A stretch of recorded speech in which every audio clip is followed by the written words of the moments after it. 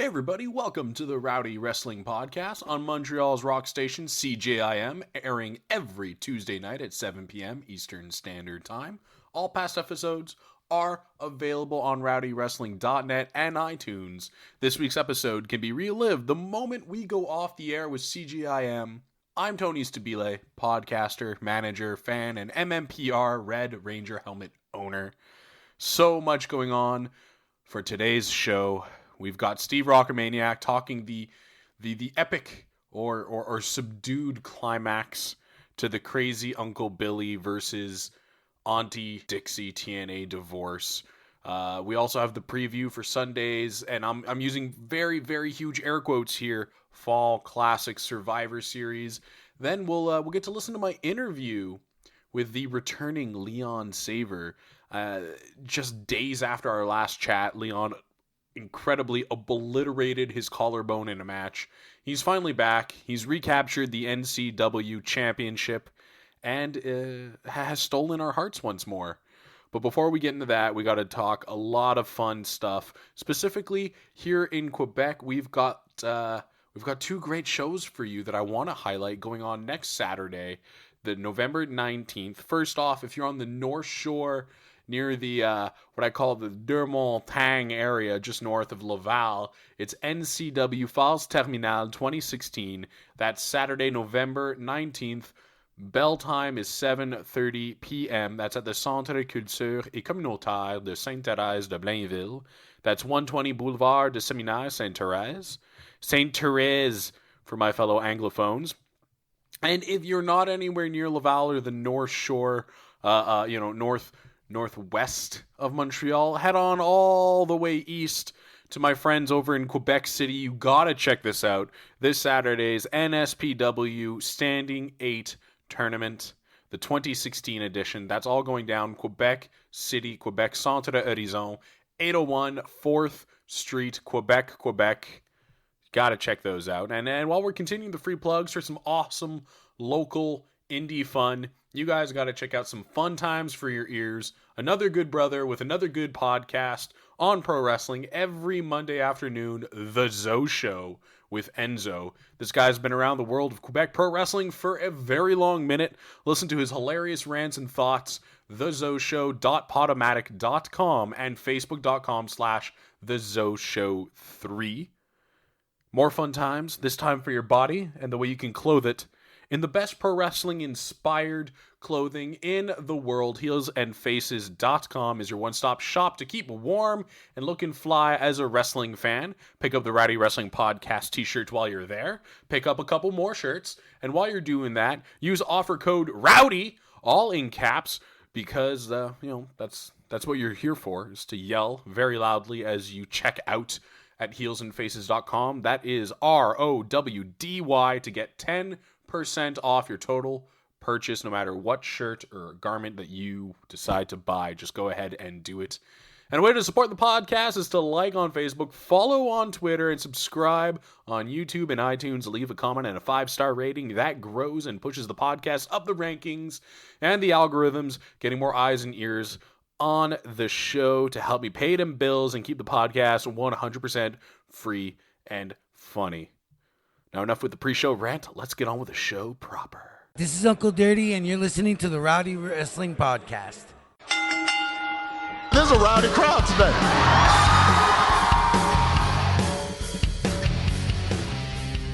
Rowdy Wrestling Podcast. Tony Stabile here with Steve Rockermaniac joining us to talk some news and also preview WWE Survivor Series going down this Sunday here on CJIM, Montreal's rock station. Hey, brother, how you doing? I'm doing all right. Yourself, man? Hey, can't complain. You know, we're having that what I'd like to describe as a very slow, monotonous slide into what used to be a big 4 pay-per-view. Now, just, you know, if the rivalry between Raw and Smackdown would have been something real from day one 4 months ago, then it might have meant a little something. Or at least 2 or 3 years down the line, but right now I couldn't care less, and I don't know why any of those people would care fighting for their brand. Yeah, you know, leading into Survivor Series, there was a lot of talk, especially with the Goldberg and Brock Lesnar thing, that it's like, well, hey, look, the WWE is going back into the well from back in the mid to late '90s and hoping to pop a rating, and in a way they did. They certainly had a higher Raw rating as a result of that when Goldberg did return. But overall, there's not necessarily a huge amount of hype that has resulted in really something that people are looking forward to on Sunday. And you mentioned it. It's kind of quiet, kind of just straightforward as we lead into this pay-per-view at this point. And the question then begs, because I mean, Sunday's tough for them. Obviously we'll talk about it during the Survivor Series preview, but how they, a lot of rumors talking about whether they're going to, do some sort of finish that sets up a bigger match at the Royal Rumble or Survivors or WrestleMania, or are they just going to let kind of this play out as a one shot? So that's the only thing that has a lot of hype around it going into a Survivor Series, it seems, and even then WWE gets a little bit of criticism due to the fact that it's kind of a throwback from the '90s, and it's the only way that they could get a pop right now. 100%. So then let's go ahead and talk about a bigger storyline this year. In my mind, the second best storyline TNA has produced in many years, right after Broken Matt Hardy, and I'm giving him full credit on that one. TNA versus, Billy Corgan. Billy, I've called this the divorce of the decade. Uncle Billy from his crazy wife, ex-wife now. What's going on with Billy, Anthem Sports and Entertainment, TNA, and Dixie? What's the latest and what's the final word? He's out, right? Well, yeah, Billy Corgan has found himself on the outs with TNA, and there's a lot of things around this that can be said, but Billy Corgan got worked by Dixie Carter is one way to say it, but in other ways you could say that I'd say thoroughly effed. Yeah, well, you sometimes you're a victim, but sometimes you're a willing participant, right? Oh, jeez. So exactly. Let's look at this, timeline wise. What happened was TNA was starting to get strapped for cash. Billy Corgan at that time had left. What company was he working with? Revolution Pro or something? Pro. Yes. So he had left Revolution Pro, and it was a pretty seamless transition into TNA. Here he came, and then TNA's money problems came rearing, again. But this time, you've got old millionaire Billy Corgan on all that Smashing Pumpkins money. Gives him a little bit of money. Second time, gives a little bit of money. But this time, the strings are pretty tightly attached to that money. And then come the third time, it's like, no, we're talking ownership stakes here involved. Yeah, Billy Corgan, with the deals that he made with Dixie Carter in lending her money, in lending her $1.8 million and putting some certain terms on that, basically had the right to 92% of the stock of TNA's company once TNA had defaulted on the loan that he had made to them and personally to Dixie Carter. However, as it would turn out, and it seems, every time that this happens with TNA, it seems as if they almost know in advance that they're going to be able to screw somebody because, Tennessee law prevented the type of contract that Dixie and Billy Corgan entered into. And so basically she was able to continue having the right to, own the company. And Billy Corgan basically just found himself on the outs and couldn't really get any money out of them for a little while. But ultimately, the settlement comes along after having basically ruled against Billy Corgan, saying, well, you can't take 92% of the stock, but they do owe you money. So, certain other terms of the deal can be enforced. They have to pay you by November 1st.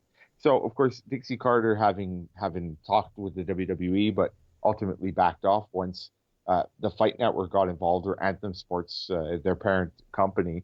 Anthem stepped in, and we talked about this on the show about how Anthem Sports was really involved. We were talking to those in Toronto. We were talking to those in the Fight Network studios, Fight Network company, who kind of also all got like their hand tapped and told to stop talking to people people. But this situation was that Anthem Sports wants to get TNA in their programming roster, and they wanted to use that as a possibility to expand a little bit towards the United States, since they are more of a Canadian company and more of a Canadian network.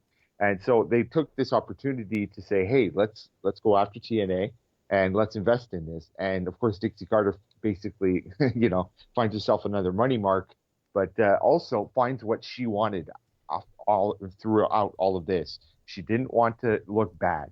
And she found a way, even though she did look bad because she's such a horrible businesswoman, she found a way in her own books to say, well, I sold to the Fight Network and they're going to let me stay here as a figurehead, because that's also ultimately what happened.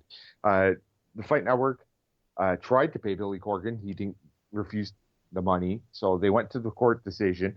And now Anthem Sports has paid him off. Anthem Sports has taken over TNA's day-to-day business. And Dixie Carter's still there, but only as a figurehead. And Anthem Sports hopes that this is something of an opportunity for them to expand through their U.S. Partners. Some of their local channels could get some spotlight in the United States, if you will. And at the same time, they're going to hope to try to clean up this business. There's a certain source has confirmed to us that when Anthem Sports started looking into the Fight Network, into TNA's financial books, every page that they turned, they were just like, oh my God, this is getting worse and worse and worse. And they were kind of like, what do we get ourselves into? Okay, we can't let Dixie Carter stay in charge. Forget that, guys. So Anthem Sports pays off Billy Corgan. The Billy Corgan venture is over. It kind of sad to see this happen, because Billy Corgan had an interesting vision for the future of the company, and a lot of wrestlers were pulling through for him. We had a different vision. That's what they needed. Not even interesting, different. Exactly, because obviously Dixie Carter and the same old was not doing anything for them. As we saw in all these lawsuits and all these numbers coming out. So now, Anthem Sports is going to take over, and we'll see what the future is for TNA. But they are safe for now. They can continue, going with their, quarterly tapings.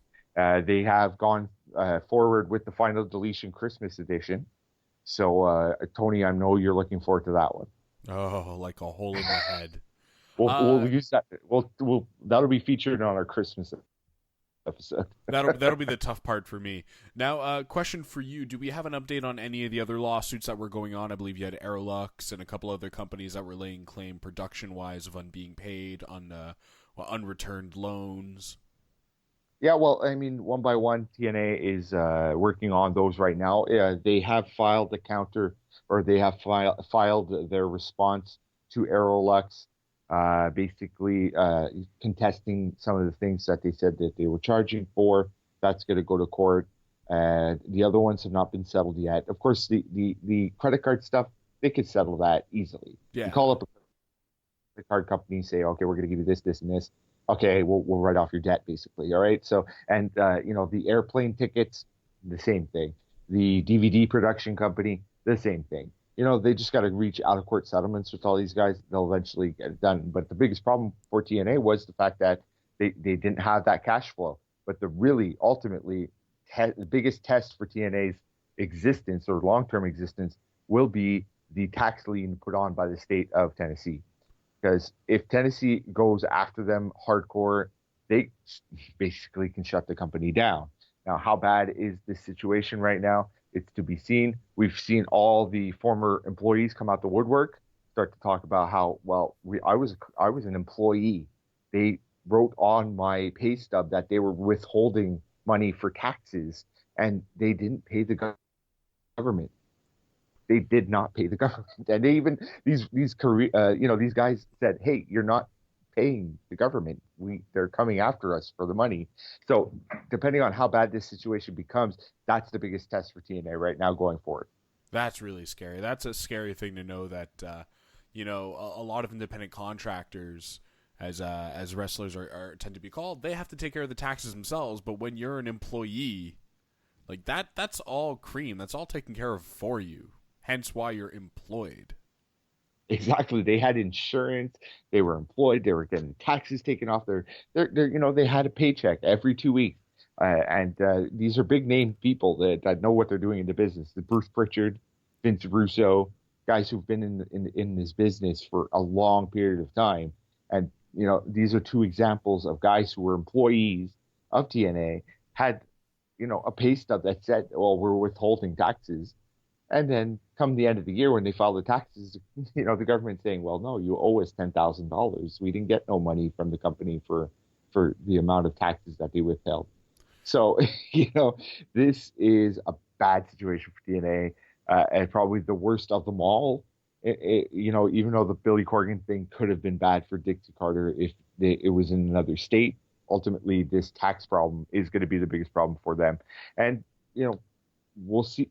That's probably not going to be the only thing. Also, creative, if they're ever going to get out of this hole and become somewhat, profitable, the going forward of creative is going to be something else, because, a lot of people are giving credit to Billy Corgan for starting to turn that product around. Will the new people be able to do so? If it goes back to Big John and the same team, it may not advance either. So, even though we end 2016 with TNA still alive, the long-term viability of the company is still something that's not on solid ground. Well, we are on the third cult-like stable for James Storm. Yes, there's always that. I mean, a guy like James Storm, I wonder like what's gone through his head the past month and a half. Having turned down the opportunity to be in WWE NXT, see all his former colleagues, start to climb up the ranks. Well, But he said, I'll go back to TNA for the money. I'll go back to TNA for the money. It's like almost made me laugh. But how well he was treated, at least on television. I can't tell backstage or storyline or monetarily, but on television, James Storm was treated with respect, and they gave him everything the guy could have possibly ever needed, and that made me very sad. On that note, we're going to head to a very quick commercial break here. Rowdy Wrestling Podcast, CJIM, Montreal's rock station. Stick around. We'll be right back with our WWE Survivor Series 2016 pay-per-view preview.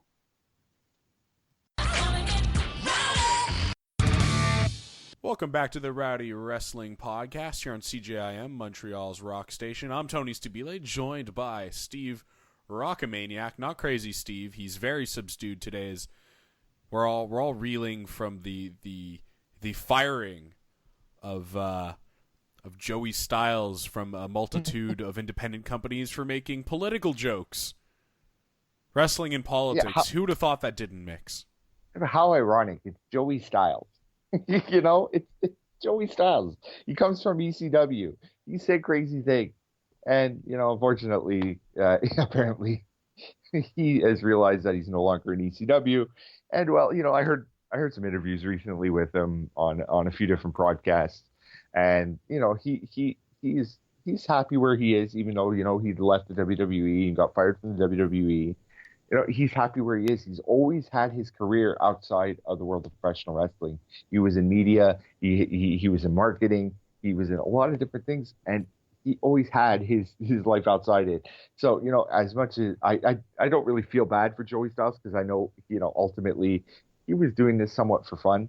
But it's just funny to think that Joey Styles, of all people, the ECW announcer, has gotten canned for making comments like against Trump and it's, I mean, who hasn't said something about Trump? Yeah, really, at this point. That's true. CNN made it a point to bash him for 24 hours a day leading into the freaking election. So, well, why bash Joey Styles?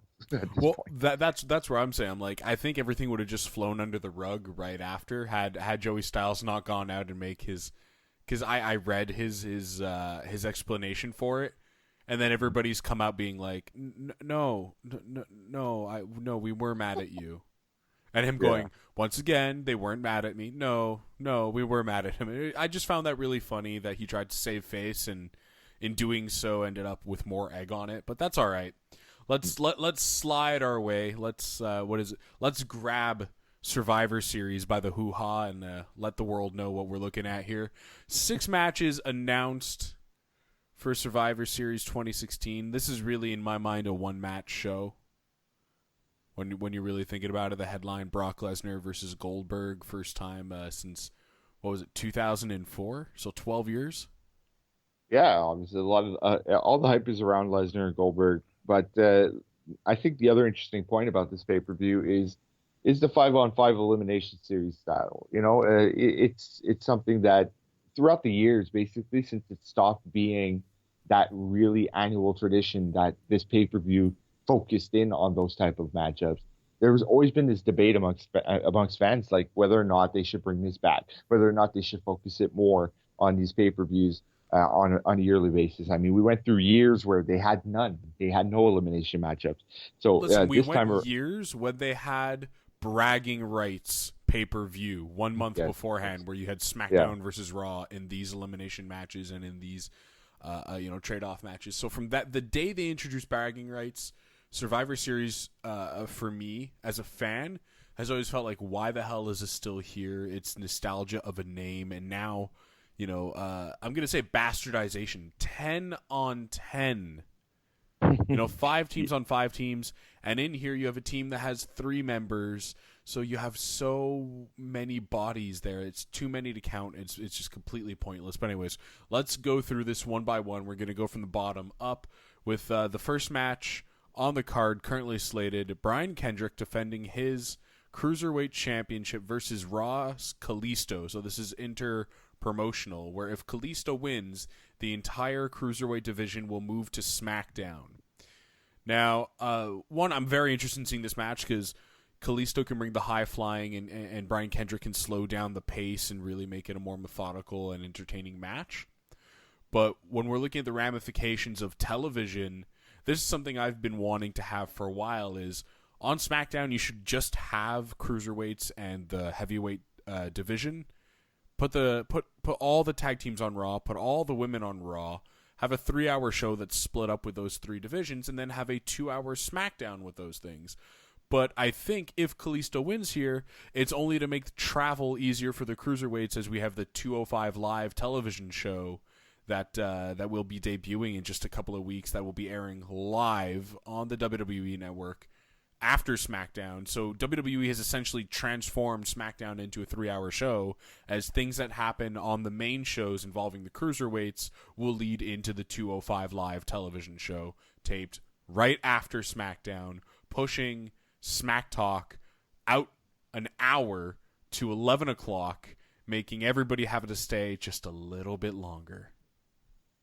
Well, coming out of the last pay-per-view, we talked a lot about the state of the Cruiserweight division, and it wasn't necessarily working on Raw. And I think we basically, with the announcement of 205 Live, we know the outcome of this matchup, basically. And I like the idea of 205 Live. I think ultimately that's what they should have done. I mean, just look at the Cruiserweight Classic and how popular it was, and how many viewers it was bringing in.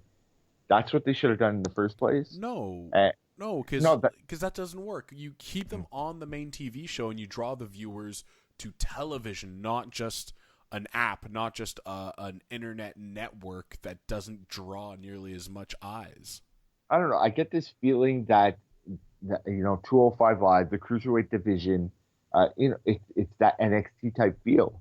Maybe because it started with the NXT arena. I don't know what it is, but it seems that the crowd appreciates it in that fashion. Much like, they like enjoy NXT and Enzo and Cass, for example. And then it's like, they marked out for that, and Carmella was there, but now Carmella went up to the main roster, and you see that the NXT shine wore off. And yeah, so because those fans are in a microcosm. Full Sail University, the NXT arena is like beer goggles. It's the cheerleader effect. Everybody, all the cheerleaders look so hot when they're together. You get one alone in a bar, and you're talking caterpillar upper lip and a unibrow and a uniboob. And that's the same thing here. Where as awesome as the Cruiserweight Classic was. I loved that show. I loved the concept of it. I loved so many things. Yes, there were a couple of things that were a little weird. The announcement of the winner, the forced handshake at the beginning. Even though I'm an ROH fan, the idea is you're taking that tiny microcosm and you're putting it out into the arena for the general wrestling public. What they should do, my argument to that is, what they should have done from the very beginning is simply have them on the show but treat them as equal champions. Why do you think Conor McGregor, the world featherweight champion, the world whatever other title he just picked up off of Alvarez over the weekend, why do you think the women's title is so important? Because UFC promotes all of their champions of the world. Now, the Cruiserweight Championship, that's what they're calling it. Why isn't it the Cruiserweight Champion of the world? Why do we have a Raw Women's Championship and a SmackDown Women's Champion? All of these mean, excuse me for my language, all of these mean nothing unless you promote it as the pinnacle, the epitome, the top, the very highest peak. So that's why the Cruiserweight division has meant nothing, because your championship has meant nothing. And then your first champion, who TJ Perkins deserved so much more, but was treated and portrayed to be the biggest idiot in the world versus Brian Kendrick. And now he doesn't even get his comeback. You're coming to a match that has had barely any build-up.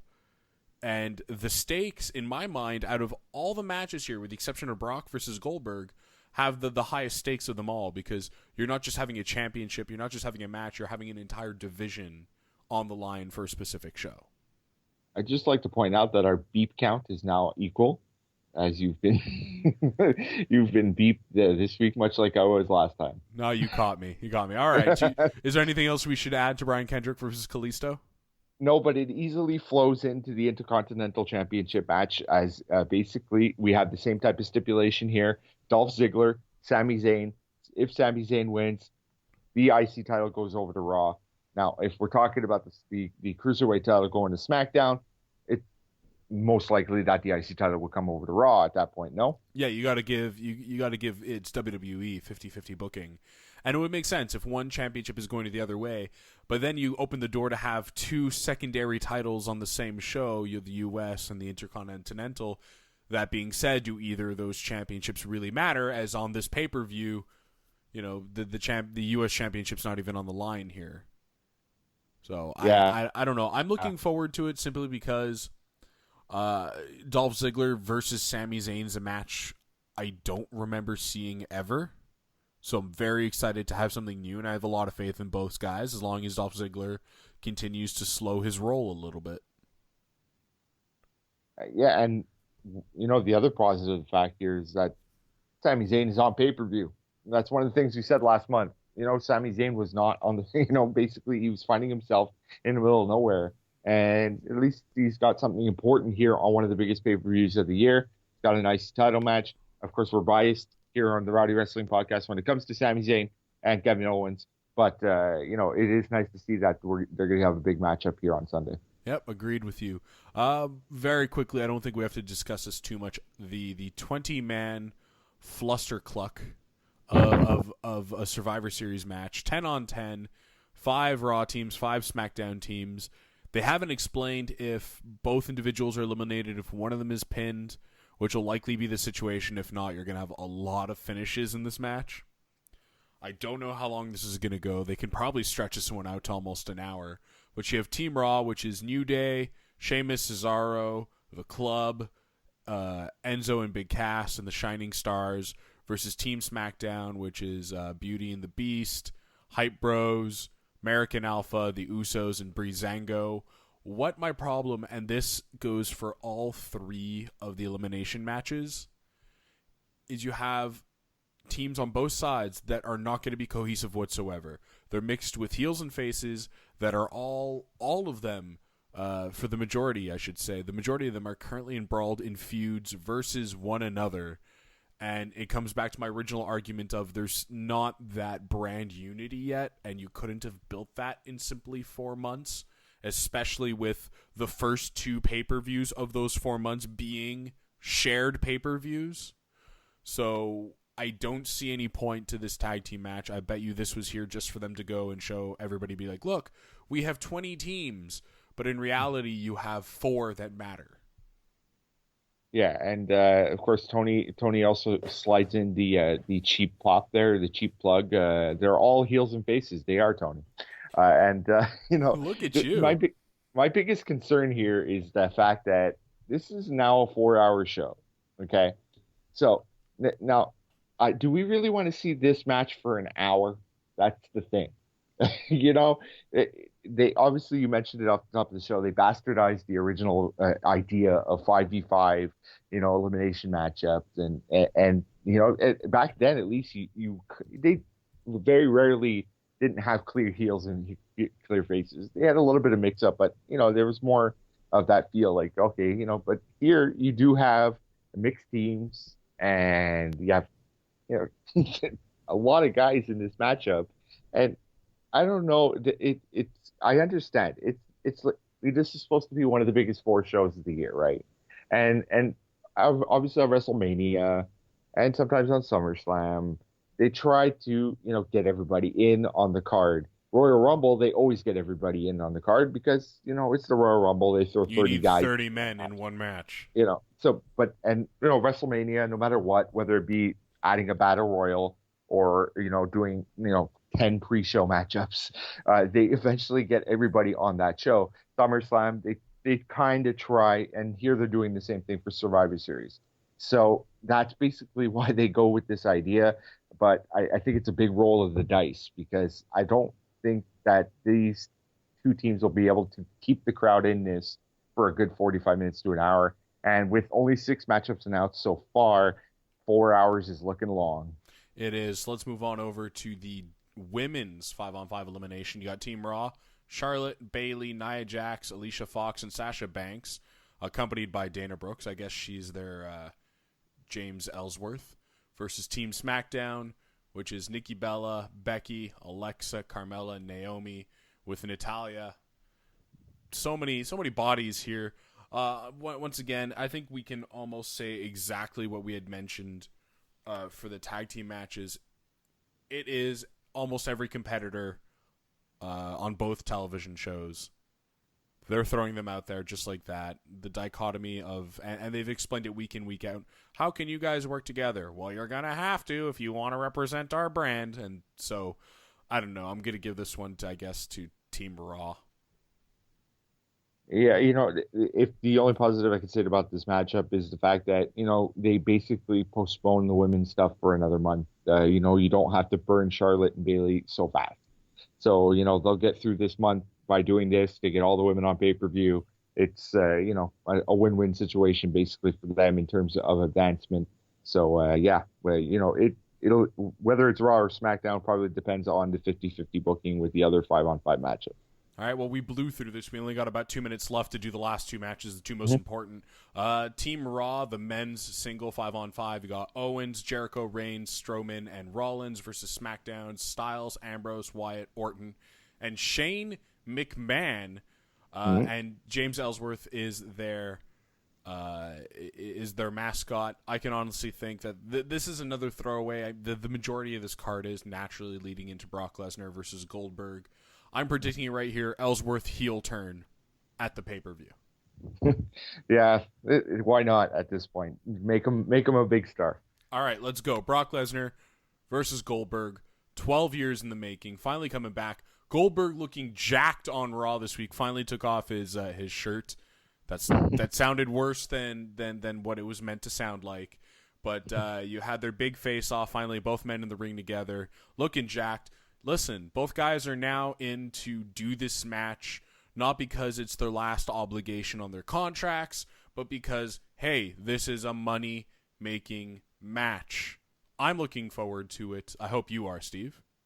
Of course, and as this becomes Rowdy Wrestling After Dark with Tony's references of Bill Goldberg in his shirt, what the outcome of this matchup depends on 2 things. If if Goldberg has agreed to more than one matchup, then he gets screwed. Otherwise, Shane McMahon screws, Brock Lesnar, sets up a big matchup between the 2. The booking, no matter what, though, is a big question mark on this. And let's just hope they do not pull another WrestleMania failure. There we go. On that note, we're going to leave it on this week for the preview of Survivor Series. We'll be back with the review, full hour-long review, so we can talk, rant, complain, bitch and moan here on the Rowdy Wrestling Podcast on CJIM, Montreal's rock station. Stick around, because after the break, I'm going to have my interview with sexy Leon Saver. Before the game, after the action, the only place you should be is MontrealHockeyTalk.com. 1 hour before every Habs game, our pregame show delivers the deets. Who's hot? Who's cold? Complete coverage with Steven Hindle and Steve Farnham. Then 5 minutes after every game, tune right back in as Nick Burdacco and Coach K break it all down, play by play and hit by hit. The postgame show wraps up your night. MontrealHockeyTalk.com.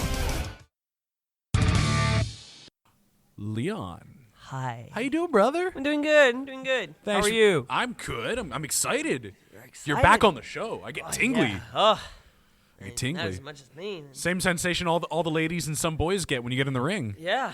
Well, hopefully more ladies and less boys. Hopefully. Well, that's the demographic you're aiming for. Yeah. That's what I wish I could get to. How's the shoulder, collarbone, arm feeling? It's doing good for now. I mean, I've been hitting the gym a lot recently. And, Well, you're a lot wider than when you took off stacked earlier. a lot of weights. No, I'm doing good actually. It's been a couple months now. Got injured late May, so it's been around 5 months now. Yeah, so let's talk about that. You broke your collarbone. Yeah, double fractured. And it's really rare that people end up doing that. Most of the time, people break their collarbone. It's simply, okay, we're going to patch you up. You're going to be out for a couple of weeks, and that'll be that. Double fracture means surgery. Well, because the way my collarbone was, the two ends of the collarbone were about 2 inches apart from each other. So just complete separation. It's a complete separation. I will actually give the photo. Yeah, of if you want. the X-rays. Can I put that for the graphic of the show? Yeah, sure. Go ahead. That'll attract a lot of people. Yeah, go ahead. Medical You're going professionals. to be able to see on the. Well, that picture, when I saw it, was just, it's Wow. mind-boggling that your bone could move that much in your body. Well, I don't know how really it got to that point, because we can see on the X-ray that there's 2 fractures. There's one, a major one that sets everything apart, plus the collarbone got detached from the shoulder. Okay. So that was a surgery for sure. All right. Now, listen, it was a freak accident, right? So it's Yeah. one of those things that you can't avoid. I mean, bodies flying around, it happens every now and then. Yeah. But take us through, what was it? Because I was watching that. I was at the Battle War. It was on May 29th, and I was wrestling Too Cold Scorpio. And we went through the match. Everything went fine. And we got to the finish where he does a backflip leg drop thing. Is it a shooting star leg drop? He No, goes forward? well, it's really just a moonsault, falls back into a leg drop. Okay. But the thing is, I don't know how he can see where he's landing doing that move. Okay. So I just trust the guy, he's a pro. So I was laying down. As I saw him coming, I saw he was going for my head. So all right, I got to move a little bit on the side just to make sure I can secure my head. And he just landed on my collarbone right away. And did you feel it right then and there? At first, no, I didn't. It was really I felt something was weird because I more in the back of the shoulder. So at first, I didn't know it was that's not my collarbone. It's just maybe in the back. So maybe it's just a high impact. Yeah, it's So- a deep tissue bruise. Yeah. So all right. I'll be fine. I'll be sore tomorrow morning. Then I'll be good. Then I got upstairs and people come to me. Hey, that was a good match. And that's how I was having fun. And then I just sat down. It's my shoulder started burning and felt weird. So I just tried to lift it up. Couldn't barely lift it 90 degrees. Now, this is an audio podcast, so I'm going to be pointing at my body, but I'll point it out. When you say your shoulder, are you talking your actual shoulder or closer to your neck? The shoulder was hurting. Okay, wow. So- And that's because it was separated from Yeah. it at that point. So I haven't really felt something up my neck at that point. Mm-hmm. But as time was going, maybe 30, 45 minutes after the match, I was laying down on know if anybody of you went to Fofun Electric upstairs, there's couches around. It's more of a lounge up, Yeah. all the way upstairs. Yeah. Okay. So I was just laying there and I couldn't move. My head, as soon as I would turn my head, it would hurt. As soon as I try to get up, it would hurt. Just putting my arm on top of my chest hurts. So everything absolutely everything was hurting. So I was like, okay. I called my girlfriend, told her what's up. Then I couldn't drive. So I called my father. He dropped me at this hospital. So he went all the way from Laval, came to pick me up at Foufs. We got to the hospital, took 2 hours, got an x-ray, and the nurse, the doctor came to me and was like, that is the worst collarbone fracture I've ever saw in my life. Oh, my God. One of the doctors telling you at the emergency of all places? Yeah. So I'm like, okay, I have a top one for that. So, are you going to frame I'd frame that picture. I wish. I think I will. Send it to my mother. Doctor. Send it to your mother. Yeah, give her a heart attack again. Hi, Mom. Take that. So this is what I'm doing with my life. Yeah, and she's not really happy about it. She was the one driving me when I went through surgery, because I got injured on Sunday. Yeah. Got surgery on Thursday. So for 4 days, what were you doing? I would stay home. You can't move. I was going to stay home, not able to move. But at the same time, I'm a student. So, I got classes coming. So at one point, just what the doctor says, I just got in my car, drove to school, and went there. With your... Yeah. Oh, man. That's... Well, on one hand, it's still okay. Yeah, still okay. It was okay, but it was rough, One-armed men can do it. Because we know how the roads are here, and so You're they were all telling me. bumpy. As soon as there was a bump, I wanted to die. There was a heart attack. It hurt so bad, and it was hell. Legit hell. I was going there. I had to write an essay. Good thing I'm a righty, so it was the left arm. It was just all broken. At least. But still, I couldn't rest. I couldn't put my arm on the desk or anything. So I was just trying to write, and then concentration's not there. Not at all, because it would just hurt so much. And the way I had to sleep is I had to sit down on the couch, put all the cushions from the couch behind my back, so I would be in the 45, 40, almost 90 degrees. What kind of sleeper are you, though, normally? I'm not a guy who sleeps that much. No, but I mean in the sense that when you do sleep, are you back, belly, side? I move a lot. Oh, you're a mover. I move a lot. I'm a dead man. I turn, I'm on my stomach, head to the side, and I don't move all night. And you're lucky. You telling me that you had to be up is a nightmare. I can't sleep that way. I can't sleep on my back. And honestly, since my injury, I haven't slept a whole night without waking up 2 or 3 times. Oh, wow. It just feels numb at some point. If I put too much weight on it, if I just sleep on my back, Is that, has a doctor said that's a for life situation? Not really, because they don't. Normally, it doesn't really happen that way. So I guess it's just for me. It's just start, time and yeah. Well, it's guys who come back from shoulder surgery or knee surgery, and they're like, it feels tight, and it's going to be that way for a year or two. Okay. Yeah. All right. So you're sleeping on the couch. Nothing done yet, surgery wise. And I had to wear this thing that I would put my shoulders backwards so that my collarbone try to be stable or anything. But that thing when I got to the hospital and they tried to put So it was like a me, girdle? kind of. But the only one they had, the bigger one they had, was too small for me. And that's funny. That's not big. I'm not a huge guy. And it was just too tough. So they tried to figure out something with nods and everything, and it didn't do anything. They couldn't Oprah you and take 2 of them and sew them together? Nope. That didn't work. Wow. So I had this thing as a sling. So Nightmare. yeah. And then surgery. Had to get to the hospital by 7 o'clock. Try to find someone who wants to drive all the way to Montreal at 7 o'clock in the morning so that I could have surgery. What hospital for us locals? I went to Verdun Hospital. Okay. And I live in Terrebonne, so It's it's a little drive. So I got to find out. Especially at that hour, you're just before traffic really starts if you're lucky. If we're lucky. And I got lucky. I actually found someone who did wanted to drive me. And as funny as that sounds, it's Frankie the Mobster. I'm not surprised after that. After the last podcast, I'm not surprised. He knew I got hurt. I think he saw my Facebook post because I write it down. And he called me. He's like, are you going to get surgery? What's going on? So I'm like, yeah, I'm getting surgery on Thursday. So I'm like, okay, so I'm going to be driving you. I'll drive you to the hospital. Not a problem. The day of... Class act. Yeah, the morning of... I called him. And he didn't answer. So, okay, do I got to find a lift, right? because he was shooting for a movie, or I don't know what he was shooting for, but the shooting finished at 4:30 in the morning. We had to leave at 6. So he just got home. Maybe, I don't know, he tried not to fall asleep, but he did. So I woke him up, I think, 2 or 3 times. So after I woke him up maybe 2 or 3 times, I thought my other collarbone was done. Get in the car and just hold you there, and with his thumb, right? Yeah. So I thought my collarbone was done, but no, we got there and got surgery. I had to be at the hospital at 7, and they took me into the room. Was I think 12:30. Okay.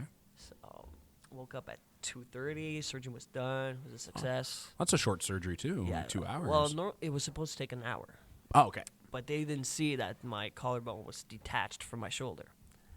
So I had to do another, all right, we got Going a little this deeper. done, but then, okay, this is not all right, so we got to fix that too. So 2 hours. After that, I couldn't go to school for maybe 2 or 3 days. I was on painkillers, and a lot of people think that the painkillers you're going to take you're going to take them for like 2-3 weeks. And I got surgery on Thursday, and on Sunday took my last painkiller. Yeah. So that was just 3 days short.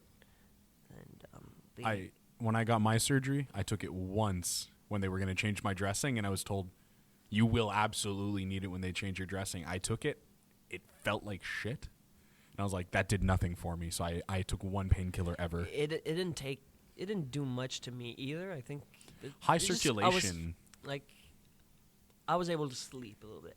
That's the only thing I was going to do. And they told me that had that pill, and the doctor told me this is going to kill you. Like, you're going to take that and you're going to sleep for like hours and hours on. I took one, fell asleep half an hour ago, woke up and couldn't go back to sleep. So I'm like, okay, so that's just... Yeah. So, no, sir. No painkillers after 3 days. Didn't start driving again for a week when I took the bandage off at the hospital. They took the tacks off, and my doctor's like, you're going to keep your arm in the sling for 6 weeks. I'm like, okay. But at the same time, because he says, we don't want your collarbone to move. But at the same time, I have a metal plate with 7 screws in my collarbone right now. How do you want it to move? Yeah. So I didn't wear the sling for 6 weeks. As soon as I got home, took the sling off, tried to start moving a bit my shoulder. Just a bit, because it would hurt like hell. But I had to go back to the doctor's 6 weeks later. And 6 weeks later, I already had 90% of the mobility in my arm, which was not supposed to happen this way. So I was like, okay, so I guess you're going to start physio right now and try to see where you can go. Okay, that was my question, was how long, like, if you were doing physio in that time, but not at all, just you personally For the first 6 weeks, it was just me moving my shoulders. Okay, wow. And when I started physio, I went, I think it was 3 times, but every time I would go, he would give me like a program to do for a full month and come back. The first time we went, he's like, I'm just going to see how your shoulder moves. And he saw, like, okay, shoulder like moves like perfectly. So you got 90% already. So we're just going to work like 2 or 3 exercises that should bring the moving to maybe like 100 in about 2 or 3 weeks. Wow. I was 100% after a week. That's good. So then after that was just straighten it out. So got to the gym, start doing stuff. The second month, like, all right, we're going to try to work on some more things that you can do on your shoulders, like do push-ups on the ball and try to keep your balance. But I was already doing this. Without his knowledge. Yes. So I'm like, okay, so I guess I was just going way too fast. But at the same time, for surgery that bad, the doctor told me it's going to take maybe from 5 to 7 months to heal properly. Well, it's technically June because it's May 29, so June, July, August, September, October. It's not bad. Yeah, but I got the first time, like, when I went back to the physio and he says your shoulder's completely fine. We were in beginning of September, so for surgery that would take 5 to 7 months, it took me 3, and I was all right. But yet again, like, do I feel comfortable going back to wrestling after just 3 months? And like I haven't done much, and plus I gotta hit the gym. I want to get back in shape. So took another like 2 months. I came back on October 22nd, which was very short thing. And now tonight's like my first official match since my injury. Have you taken the time to roll around a little? A little, not that much. Like last time I went to Battle War, I was just in the ring messing around, and Big Magic's like, "Hey, how do you feel like doing tackles and stuff?" So I'm like, well, I was kind of afraid taking tackles because, you know, I got to melt plates, and how is that going to, like, how does it feel? impact? Yeah. So I you just take it. And he gave me one, everything went fine. And Did you feel anything at all? Not at all, everything went fine. Can you feel the plates and the screws? Because that's really close to the skin, that sort of thing. I can feel everything. That's why I have to, like, move my skin around it so that it doesn't, like, really, like, constant stick together. Mm. Is that a permanent screw and bolt? If it bothers me, I can take it off. But if it doesn't bother me, then why risk? Why take it off? Yeah, I have a friend who he broke 3 of his knuckles and they shot back into his wrist. Oh, wow. And he still has 2 of the metal bars. They took out the pinky one because that one was bothering him. Oh, wow. Yeah. So that's insane though, going from 5 to 7 prognosis and being medically cleared in 3. Yeah. Not bad. Were you like aiming for that, or was it just a thing where I'm just going at my pace and whatever happens I was happens? Just going at the pace I could. And, you know, it's gonna be healed when it's gonna be healed. Like I'm not gonna rush anything. I'm not getting anything out of. I'm not gonna be like paid more if I get back in 3 months than instead of 7. You know, it's just went for me. Like, all right, that doesn't hurt. I keep on going. When it hurts, I stop. Yeah. That's how I was going. And luckily for me, it didn't hurt that much. Did you do anything else at Battle War after like the shoulder tackle? Did you test anything, or you were just like, yeah, took a couple bumps, but not that much. Just the bumps, you know, that's the worst part of it, I think. When you haven't done it for a while, you're callous. Yeah. But now, like, I feel comfortable. Like, I've been pushing a lot more at the gym than I used to before I got hurt. Well, you're also a lot wider. Like, I can, like, when I maybe, like, give, like, little slaps on it just to see how it feels. It feels all right. I'm still a little numb, but that's normal because maybe they, like, cut a nerve or anything. That could take, like, a year or so to come back. So when you say numb, like, what's the radius of numb? Any part of your arm at all, or just No, really that just, sector? Yeah, just really that sector. Maybe, like, an inch under the collarbone. Oh, okay. Like So an nothing inch under the scar that I got. It's nothing bad, you know? So nothing that you need for mobility and dexterity sort of thing. It's nothing at all. Well, you should be happy most guys in Quebec are right-handed for the chops. Yeah. Well, I haven't took a chop yet, so we'll see. We'll see how that goes. Maybe if I get chopped right on the scar, maybe it might hurt a little bit. So maybe I'll just throw in a punch. You know, and just see how it goes. We'll all know if you scream or not. Yep. You'll know if it hurts or not. Right, Well, chops never feel good, but No. All right. Well, thank you so much for coming on the podcast. it's a pleasure. It's a pleasure. I'm glad to know that you're back on your feet and getting ready to kick ass. Always getting ready to kick ass.